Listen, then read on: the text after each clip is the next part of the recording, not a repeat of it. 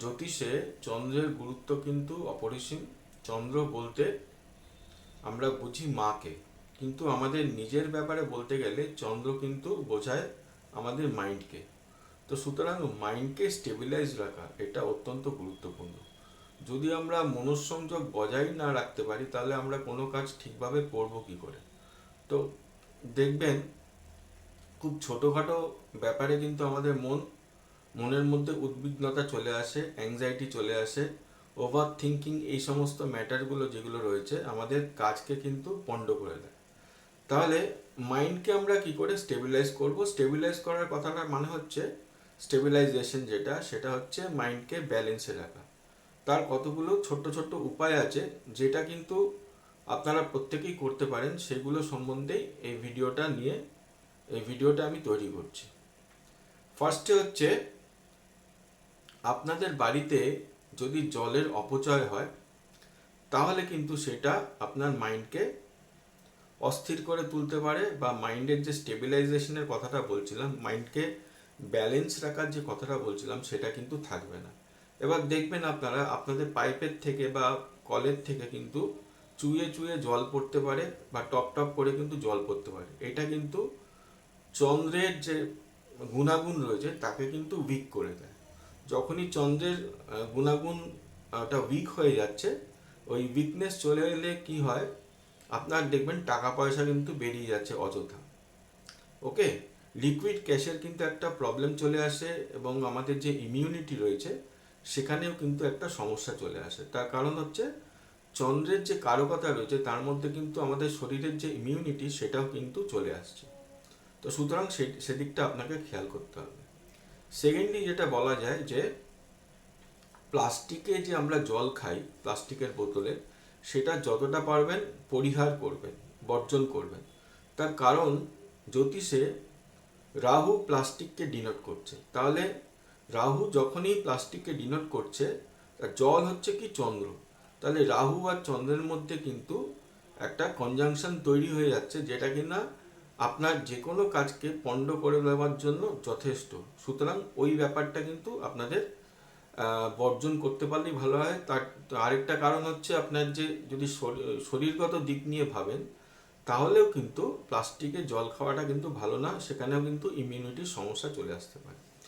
এবার থার্ডলি যে পয়েন্টটা আমি নিয়ে বলবো সেটা হচ্ছে, আপনারা চন্দ্রের বীজ মন্ত্র পাঠ করতে পারেন। ঠিক আছে, বীজ মন্ত্র আপনারা ইউটিউবে পেয়ে যাবেন, বা পরবর্তী কোনো ভিডিওতে আপনাকে চন্দ্র বা অন্যান্য যে গ্রহ রয়েছে চন্দ্র ব্যতীত সেই সমস্ত বীজ মন্ত্র নিয়ে কিন্তু একটা ভিডিও করব, তখন কিন্তু আপনারা জানতে পারবেন। বা যে কোনো আপনি গুগলে যদি সার্চ করেন তাহলে চন্দ্রের কিন্তু বীজ মন্ত্র পেয়ে যাবেন। সেটা ইম্পর্ট্যান্ট হচ্ছে কোন দিশাতে আপনারা চন্দ্রের বীজ মন্ত্রটা পাঠ করবেন, সেটা হচ্ছে নর্থ ওয়েস্টে। তার কারণ হচ্ছে নর্থ ওয়েস্ট মানে হচ্ছে বৃষ রাশি, যেখানে চন্দ্র উচ্চস্থ হয়। তো সেই দিকে, সেই নিশানায় যদি বসে আপনারা বীজ মন্ত্রটা প্রত্যেক দিন পাঠ করেন 108 বার, সেটা কিন্তু আপনাদের জন্য খুবই ভালো, চন্দ্রকে ব্যালেন্সে রাখার জন্য।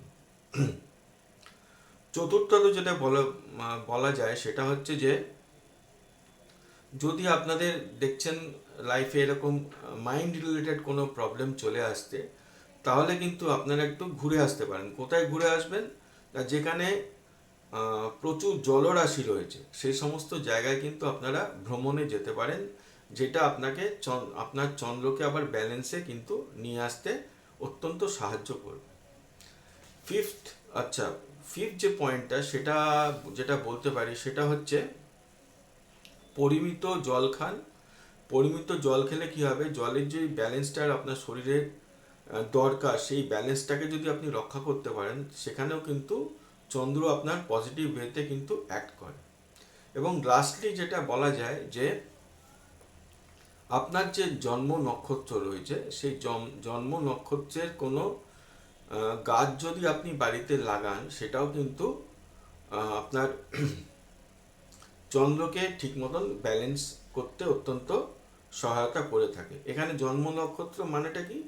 জন্ম নক্ষত্র মানে হচ্ছে আপনি যেই সময় জন্মেছেন সেই সময় আপনার চন্দ্র যেই নক্ষত্রের মধ্যে অবস্থান করছিল সেটাই কিন্তু আপনার জন্ম নক্ষত্র। অ্যাজ ফর এক্সাম্পল, কেউ যদি অশ্বিনী নক্ষত্রে জন্মায়। তার মানেটা হচ্ছে কি, যখন সে জন্মালো চন্দ্র ছিল অশ্বিনী নক্ষত্রে। কেউ যদি রেবতী নক্ষত্র পায়, তার মানে হলো চন্দ্র যখন সে জন্মালো চন্দ্র ছিল রেবতী নক্ষত্রে। তাহলে সেই নক্ষত্র সম্বন্ধীয় যে গাছ আছে, সেই গাছটা যদি আপনি লাগান, তাহলে কিন্তু চন্দ্রের যে ব্যালেন্স হওয়ার ব্যাপারটা, সেটা কিন্তু অনেকাংশে ঘটে থাকে। এবার যদি ভিডিওটা আপনাদের ভালো লেগে থাকে, অতি অবশ্যই ভিডিওটাকে লাইক করবেন। চ্যানেলটা আপনারা যদি সাবস্ক্রাইব করেন, আমি যে ভিডিওগুলো নিয়ে আসি সেই ভিডিওগুলো কিন্তু আপনারা পেয়ে যাবেন। আর কি বলবো, আপনাদের কি কি আরও বিষয় জানতে ইচ্ছা করে জ্যোতিষের ব্যাপারে, সেগুলো কিন্তু আপনারা কমেন্টে পাস করতে পারেন, যাতে আমি পরবর্তী সময় ওই সমস্ত ব্যাপারগুলো নিয়ে ভিডিও তৈরি করে আপনাদের সামনে পেশ করতে পারি। নমস্কার।